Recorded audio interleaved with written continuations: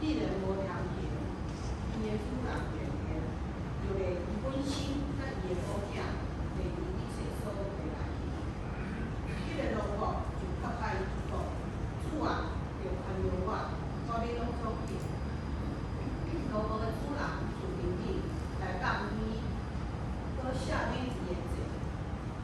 迄个萝卜出去，拄着伊一个淡水萝卜的，欠伊100个银仔，就掠伊找伊的红棍讲：你所欠的就还。淡水萝卜的甲伊讲：着宽容我，我要还你。若是伊唔肯，就去共伊关落搭来检讨伊现所欠的。遮个淡水萝卜的看见即个代志，真无，上拢总的事对主人讲了，对安尼伊的主人钓鱼才，甲伊讲：嗨，萝卜啊，因为你对我穷，我就将你所欠的拢赦免。你敢毋着怜悯你淡水萝卜的，亲像我怜悯你？伊的主人生气，将伊交代刑了，幸好伊以前现所欠的。